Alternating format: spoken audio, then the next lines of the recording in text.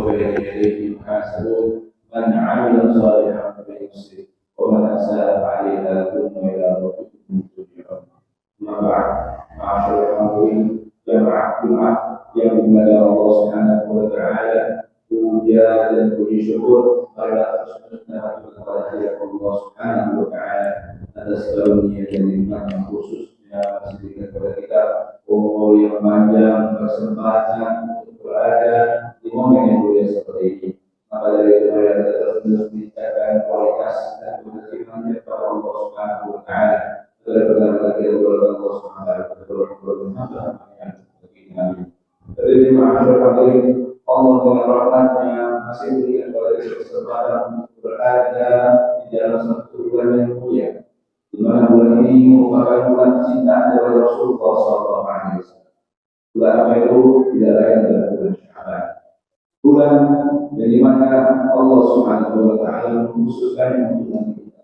Bulan di mana ia menjadi barometer kita akan berhasil di bulan Ramadan. Pada itu, hendaknya kita mengenal perbedaan terhadap bulan ini. Maka, saya mengambil dari sebuah kitab yang sudah asal yang membahas tentang kitab bulan Sya'ban tersebut. Dari adalah kitab daripada Abu Yasir Muhammad bin Abdul Al-Hadi yang berjudul Apa Karenanya Hari Bulan Sya'ban. Beliau menyebutkan bahwasanya Sya'ban ini akan banyak peristiwa-peristiwa yang sangat besar dan amal dan mulia sisi keselamatan dari seorang muslim. Tetapi beliau membukanya dengan memberikan akan pengertian terlebih dahulu apa yang Sya'ban. Beliau mengatakan bahwa Sya'ban itu dikatakan terambil dari tiga bahasa, terambil dari tiga arti. Yang pertama dikatakan bahwa Sya'ban sya'awan, yaitu tampak jelas. Dikatakan bahwa Sya'ban ini merupakan tempat di mana Allah menaruh rahmat-Nya, maghfirah yang sangat jelas bagi para mukmin untuk bisa memanfaatkan. Itu pula diartikan yang lainnya bahwa Sya'ban diambil dari kata sya'aban, yang berarti berbejak, di mana Allah SWT mengajarkan dan menyebarkan rahmat dan maghfirah bagi hari akan rahmat dan maghfirah tersebut. Itu pula yang terakhir kata beliau, Sya'ban juga diambil dari kata yaitu syi'r, jalan di antara dua lemah, di mana Allah Subhanahu wa Ta'ala menjadikan Sya'ban ini menjadi jalan-jalan bagi orang-orang yang ingin bertolak pada Allah Subhanahu wa Ta'ala di antara dua bulan yang mulia, yaitu bulan Rajab dan bulan Ramadan. Dan dalam bulan ini, masyarakat hadirin, fadilah daripada bulan Sya'ban sangat besar sekali, di mana daripada fadilah dan peristiwa yang sangat besar yang telah terjadi bulan ini adalah berpindahnya kiblat kita dari Baitul Maqdis menuju ke Ka'bah Musyawarah. Di bulan inilah Allah Subhanahu wa Ta'ala memberikan akan apa yang diinginkan Rasulullah SAW, yaitu memindahkan akan kiblat dari Baitul Maqdis menuju Ka'bah Musyawarah. Sedangkan dalam syarah daripada hadis-hadis dan tafsir-tafsir tentang ayat perubahan akan kiblat, di mana dikatakan bahwa Rasulullah SAW ketika beliau pertama kali hijrah ke Madinah, beliau mendengarkan celotehan daripada kaum Yahudi yang mengatakan, wahai Muhammad, engkau sebagai seorang yang mengabdi akan nabi-nabi terdahulu, kemudian kami yang paling afdal daripada mereka akan kami kita mau sungguh sedangkan masih ekor pada nabi-nabi.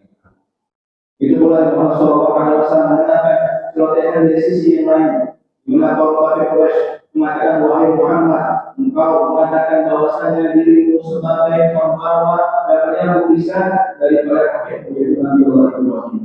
Nabi suruh disayangkan kiblatmu dengan kakek yang tidak sama. Kiblatmu lalu juga Baitul Maqdis, kiblat daripada Ibrahim. Oleh Muhammad SAW dan Nabi selalu mengajarkan kepada Ibrahim, minta kepada Allah Subhanahu wa Ta'ala untuk diberikan jalan dan Allah Subhanahu wa Ta'ala dengan cinta dan Rasulullah. Saya tidak akan biarkan Rasulnya, tidak akan biarkan akan manusia yang paling dia cintai merasakan kesedihan dan kesedihan. Maka Allah Subhanahu wa Ta'ala dengan cepatnya menurunkan dengan sebuah ayat yang juga dalam ayat kita tersebut. Karena Allah Taala bersama oleh orang yang ingin bertakwa, Allah diwajibkan syarul muslim. Wahai Muhammad, kami telah melihat akan kelisahanmu di mana Engkau selalu mengajak kembali lagi. Dan maka kami akan berikan apa yang Kau inginkan pada sekarang. Berikanlah wajahmu kepada kiblat yang Kau ridhai, yaitu kiblat daripada Allah Subhanahu Wa Taala. Ini peristiwa terjadi di bulan ini, masyarakat.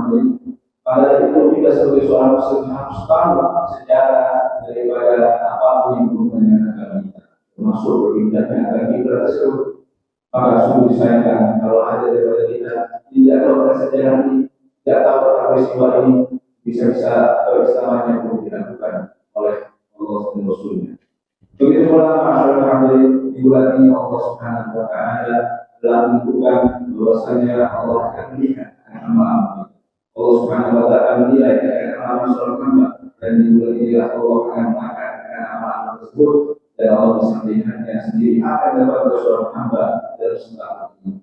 Di mana dikatakan dalam sebuah hadis bahwasanya Rasulullah SAW ditanya oleh seorang sahabat yaitu Usaid bin Zaid, dan mengatakan, ya Rasulullah, tidak akan melihat diri berpuasa sebanyak berpuasa di bulan Sya'ban. Apa kata Nabi Rasulullah SAW?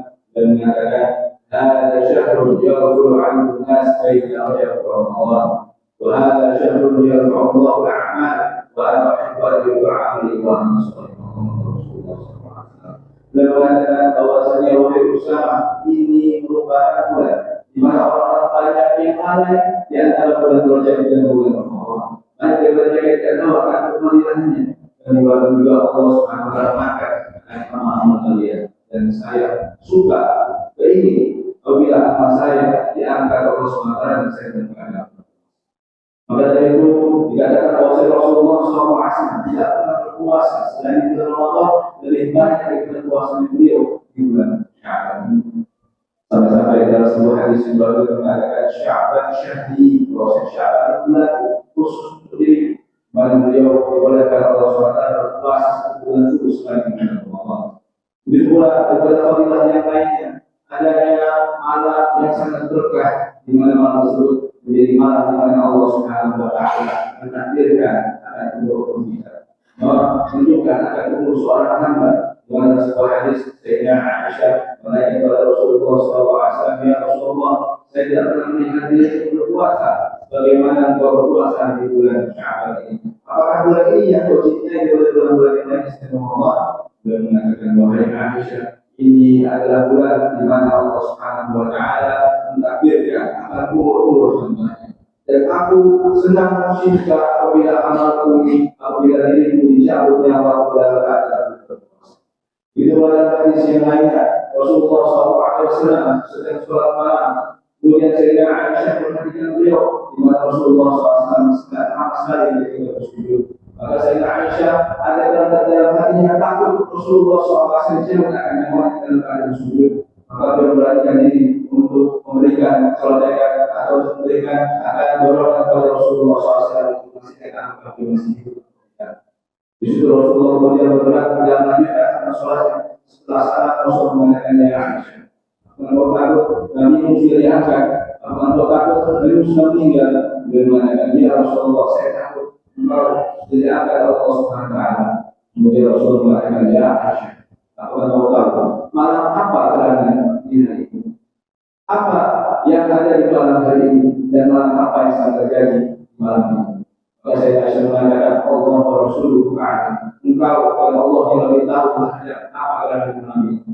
Rasul mengatakan, ada Lailatul Nisfi Sya'ban. Ini merupakan malam nisfu Sya'ban. Dan malam ini Allah Subhanahu Wa Taala yanzuru ila ibadihi. Allah melihat akan hamba-hambanya dan rahmati mereka.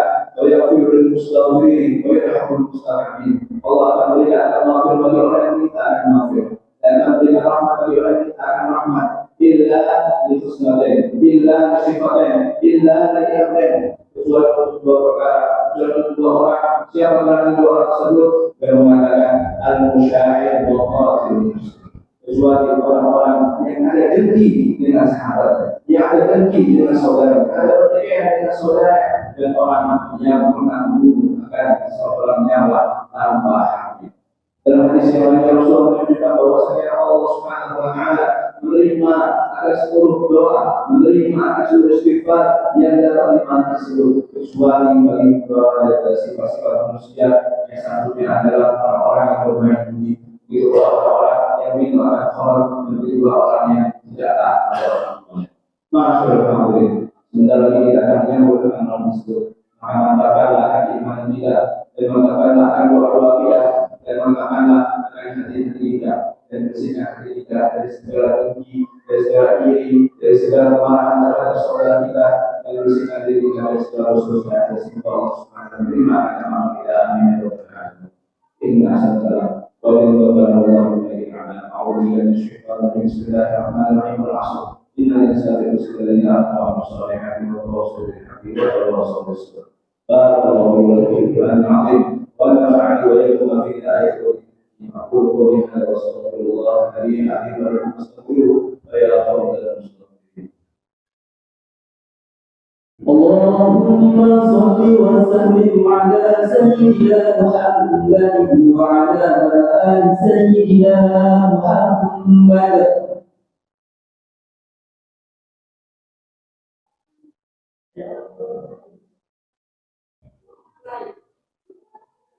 Alhamdulillah wassalatu wassalamu ala Mustafa sayyidina Allahumma shalli wa sallim wa barik wa a'zim wa barik ala habibina wa syafi'ina wa qurrati a'yunina sayyidina Muhammad wa ala alihi wa sahbihi wa sallim. Ya ayyuhalladzina amanu Allaha haqqa tuqatih wa la tamutunna illa wa antum muslimun.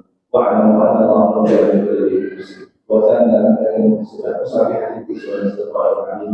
Inna Allaha wa malaikatahu yusholluna 'alan nabi. يا أيها الذين آمنوا صلوا عليه وسلموا.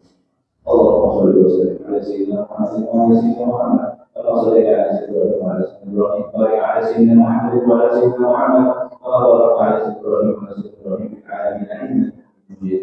اللهم يا رب العالمين سادتنا والرحمة عليك ونستغفرك. اللهم اغفر للمسلمين والمسلمات والمؤمنين والأحياء منهم والأموات إنك غير مجيب الدعوات ويا قاضي الحاجات ويا غافر الذنوب. اللهم اغفر مشركا وكبير بين معصيتك من طاعتك ما تبلغ به الجنه واليقين ما تقول بين مصيبه الدنيا متعنا باسماعنا وابصارنا وقوتنا ما احيينا واجعل الوالدين ويأثرك على من ظلمنا وانصرنا على من عادانا ولا تجعل مصيبتنا في ديننا ولا تجعلنا ولا همنا ولا تنظرنا ولا مصيرنا. اللهم اجعلنا في خيرنا واصرف عنا شرنا وتكلم من خلقك وقدر رضاك يا اكرم. Ya Allah, Inna Allah ya berkata Islam. Wa idza yadullu wa